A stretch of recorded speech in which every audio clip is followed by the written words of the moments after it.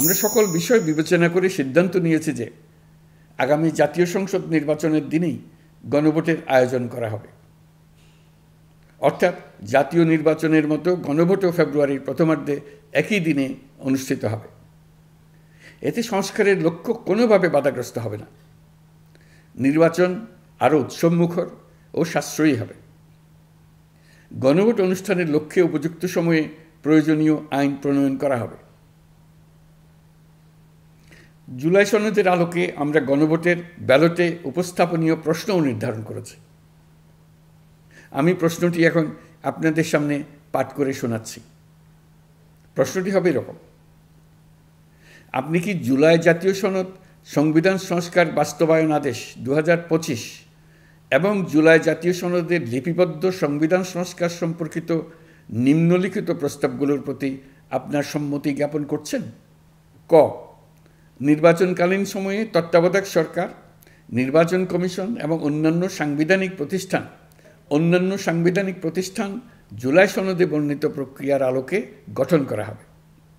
খ, আগামী সংসদ হবে 2 কক্ষ বিশিষ্ট। জাতীয় সংসদ নির্বাচনে দলগুলোর প্রাপ্ত ভোটের অনুপাতে 100 জন সদস্য বিশিষ্ট একটি উচ্চকক্ষ গঠিত হবে এবং সংবিধান সংশোধন করতে হলে উচ্চকক্ষের সংখ্যাগরিষ্ঠ সদস্যের অনুমোদন দরকার হবে। গ, সংসদে নারীর প্রতিনিধি বৃদ্ধি, বিরোধী দল থেকে ডেপুটি স্পিকার ও সংসদীয় কমিটির সভাপতি নির্বাচন, প্রধানমন্ত্রীর মেয়াদ সীমিতকরণ, রাষ্ট্রপতির ক্ষমতা বৃদ্ধি, মৌলিক অধিকার সম্প্রসারণ, বিচার বিভাগের স্বাধীনতা ও স্থানীয় সরকার সহ বিভিন্ন বিষয়ে যে 30টি প্রস্তাবে জুলাই জাতীয় সনদে রাজনৈতিক দলগুলোর ঐকমত্য হয়েছে সেগুলো বাস্তবায়নে আগামী নির্বাচনে বিজয়ী দলগুলো বাধ্য থাকবে। ঘ, জুলাই সনদে বর্ণিত অন্যান্য সংস্কার রাজনৈতিক দলগুলোর প্রতিশ্রুতি অনুসারে বাস্তবায়ন করা হবে। গণভোটের দিন এই 4টি বিষয়ের উপর একটি মাত্র প্রশ্নে আপনি হ্যাঁ বা না ভোট দিয়ে আপনার মতামত জানাবেন। গণভোটের সংখ্যাগরিষ্ঠ ভোট হ্যাঁ সূচক হলে আগামী সংসদ নির্বাচনে নির্বাচিত প্রতিনিধি নিয়ে একটি সংবিধান সংস্কার পরিষদ গঠিত হবে। এই প্রতিনিধিগণ একই সাথে জাতীয় সংসদের সদস্য হিসেবে দায়িত্ব পালন করবেন। পরিষদ তার প্রথম অধিবেশন শুরুর তারিখ হতে 180 কার্যদিবসের মধ্যে সংবিধান সংস্কার করবে। সংবিধান সংস্কার সম্পন্ন হওয়ার পর 30 কার্যদিবসের মধ্যে সংসদ নির্বাচনে প্রাপ্ত ভোটের সংখ্যানুপাতে উচ্চকক্ষ গঠন করা হবে। এর মেয়াদ হবে নিম্নকক্ষের শেষ কার্যদিবস পর্যন্ত। জুলাই সনদ বাস্তবায়নের অঙ্গীকারনামা অনুসারে সংবিধানে জুলাই জাতীয় সনদ অন্তর্ভুক্ত করার ব্যবস্থা গ্রহণ করা হবে। এটিও আজকে অনুমোদিত আদেশে উল্লেখ করা হয়েছে। প্রিয় দেশবাসী, অভ্যুত্থানের পর দায়িত্ব গ্রহণ করে অর্থনীতিকে গভীর গহ্বর থেকে উদ্ধার করা ছিল আমাদের জন্য একটা বিরাট চ্যালেঞ্জ। গত 15 মাসে আমরা সেই চ্যালেঞ্জ উতরাতে সক্ষম হয়েছি। রপ্তানি, বৈদেশিক বিনিয়োগ ও রিজার্ভ সহ অর্থনীতির সবগুলো সূচকে দেশ ইতিবাচক ধারায় ফিরেছে। লুট হয়ে যাওয়া ব্যাংকিং খাত ইতিমধ্যে ঘুরে দাঁড়িয়েছে। মানুষের আস্থা ফিরে এসছে। ব্যাংকিং খাতকে আরও শক্তিশালী করতে নানামুখী পদক্ষেপ চলমান রয়েছে।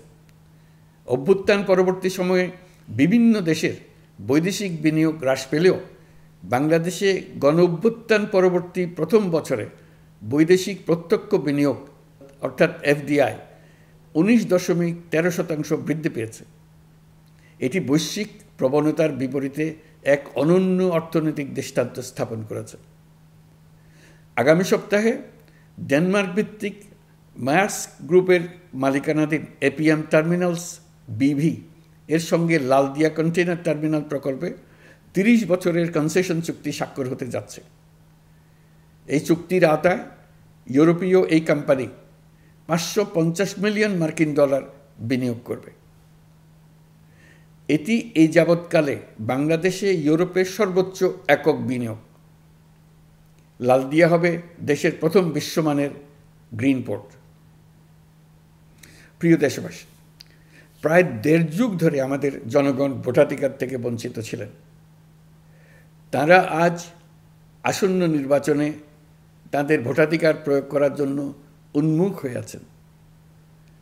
আগামী ফেব্রুয়ারিতে সুষ্ঠু নির্বাচন অনুষ্ঠানের বিষয়ে অভ্যুত্থানের সপক্ষের রাজনৈতিক দলগুলোকে অবশ্যই ঐক্যবদ্ধ থাকতে হবে। তা না হলে জাতি এক মহাবিপদের সম্মুখীন হবে।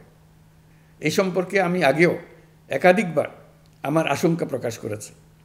ফ্যাসিবাদের বিরুদ্ধে 2024-এর জুলাইয়ে মৃত্যুর মুখোমুখি শির উঁচু করে দাঁড়িয়ে দেশবাসী যে ঐক্য গড়ে তুলেছিল, আমরা জীবিতরা যেন অল্প স্বল্প ভিন্নমত ও লঘু বিবাদে জড়িয়ে তার মর্যাদা ক্ষুণ্ণ না করি। 133 শিশু, শত শত তরুণ তরুণী, নারী পুরুষের মৃত্যু, হাজার হাজার মানুষের অঙ্গহানির যে আত্মত্যাগ, সেটিকে আমাদের সম্মান জানাতেই হবে।